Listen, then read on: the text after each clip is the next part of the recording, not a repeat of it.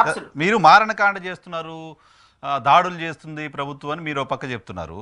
Telugu Desam party ఆధ్వర్యంలో నడుస్తున్న ఓ పత్రిక యజమాని 2 రోజుల క్రితం కొన్ని కామెంట్స్ రాశారు.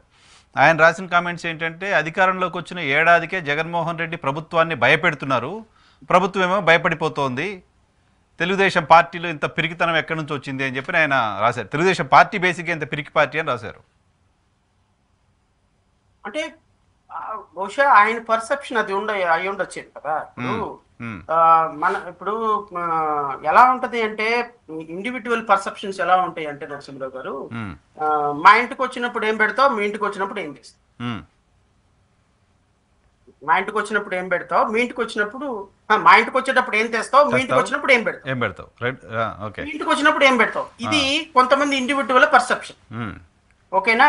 చంద్రబాబు నాయుడు గారు హైదరాబాద్ వెళ్ళినా ఆయనకి పెట్టాలి, ఆయన విజయవాడ వచ్చినా ఆయనకే పెట్టాలి. ఈ రెండిట్లో ఏ ఒక్కటి తప్పినా కూడా తెలుగుదేశం పార్టీ పిరికి పార్టీ అవుతుంది. Okay okay, is the receiver only. నేను అనలేదు ఆ మాట. సీమ్స్ కదా, మీరు అన్న దాంట్లో అదే ఉంది కదా సార్. నాకు తెలియదు. ఇప్పుడు నువ్వు పెట్టిన రోజు ఒక మాట, పెట్టని రోజు ఇంకొక మాట. అంటే నువ్వు నా ఇంటికి వచ్చినప్పుడు తీసుకొస్తే వెరీ గుడ్, నీ ఇంటికి వచ్చినప్పుడు పెడితే వెరీ గుడ్. ఈ రెండిట్లో ఏ ఒక్కటి జరగకపోయినా కూడా పర్సెప్షన్స్ మొదలవుతాయి. సో ఇండివిజువల్ పర్సెప్షన్స్ స్టేట్ లో ఇంపార్టెంట్ కాదు. దానికి నేను ఆన్సర్ చేయను. ఎందుకు ఆన్సర్ చేయను అంటే, నా దృష్టిలో మరి తెలుగుదేశం పిరికి పార్టీ, వైఎస్ఆర్ కాంగ్రెస్ పార్టీ పిరికి పార్టీ. పిరికి పార్టీ ఏంటండి, ఇప్పుడు నేను ఫర్ ఎగ్జాంపుల్ నేను ఒక మంత్రిగా ఉన్నప్పుడు నన్ను ఎవడో వచ్చి చెప్పు తీసుకుని కొట్టాడు మీటింగ్ లో ఉండగా చెప్పు తీసుకుని కొట్టాడు కాబట్టి నేను వెళ్ళి కత్తి తీసుకుని పొడిచేస్తానండి? కాదు కదా.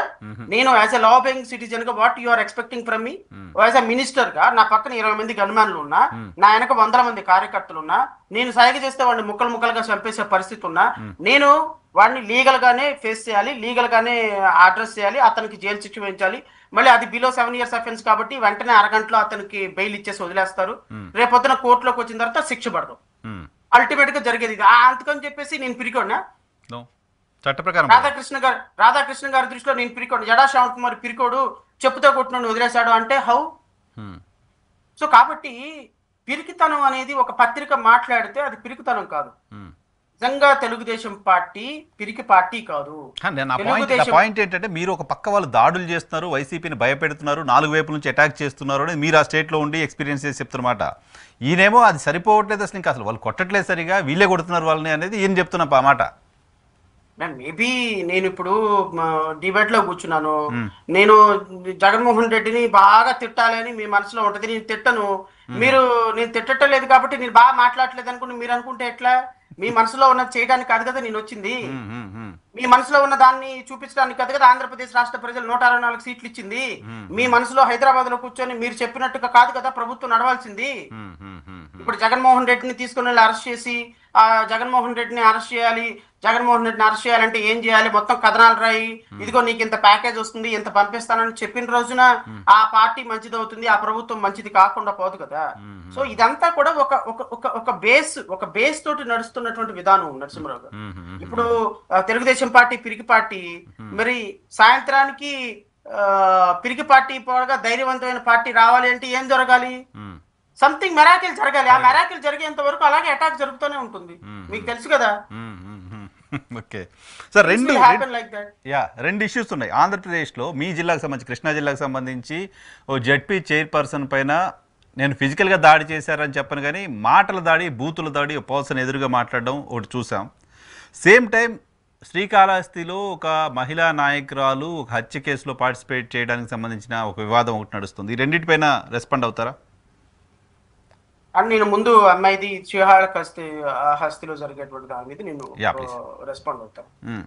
నరసింహరావు గారు, ఇక్కడ ఎలా ఉంటుంది అంటే, రాజకీయాల్లో నాయకులను నమ్మి తమ కార్యకర్తలు తమ జీవితాలని ఎలా నాశనం చేసుకుంటారో, ఎలా పోగొట్టుకుంటారో అని చెప్పడానికి లైవ్ ఎగ్జాంపుల్ ఈ మధ్యకాలంలో జనసేన పార్టీలో జరిగినటువంటి Kiran royal and as well as MI ఉదంతం 2. ఓకే. సో దురదృష్టం ఏంటి అంటే సనాతన ధర్మానికి ప్రతీకగా నిలబడినటువంటి ఈయన ఉమ్, పార్టీలో రెండు అత్యంత సనాతన ధర్మానికి ప్రతీకలైనటువంటి రెండు, ఒకటి తిరుపతి, రెండు శ్రీకాళహస్తి, ఈ రెండిట్లోనే ఇలాంటివి జరగటం చాలా డిఫరెంట్ ఇష్యూ. ఉమ్, అదృష్టం ఏంటి అంటే ఈ రెండింటికి ఎమ్మెల్యేలు వీళ్ళిద్దరు కాదు, లక్కీగా ఉమ్, ఇన్ఛార్జీలే కాబట్టి. ఉమ్, అంటే దీంట్లో నేను పవన్ కళ్యాణ్ పాత్ర ఎంత ఉంది ఏంటి అనేది అసెస్ చేయను, ఎందుకంటే నాకు I don't know much about this one.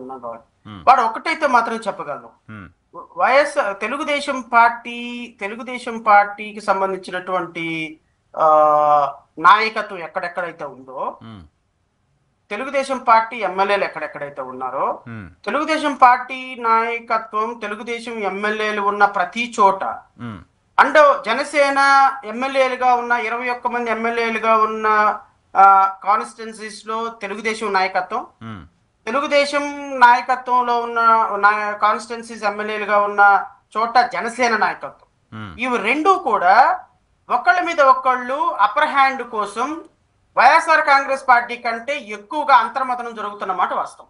Okay okay okay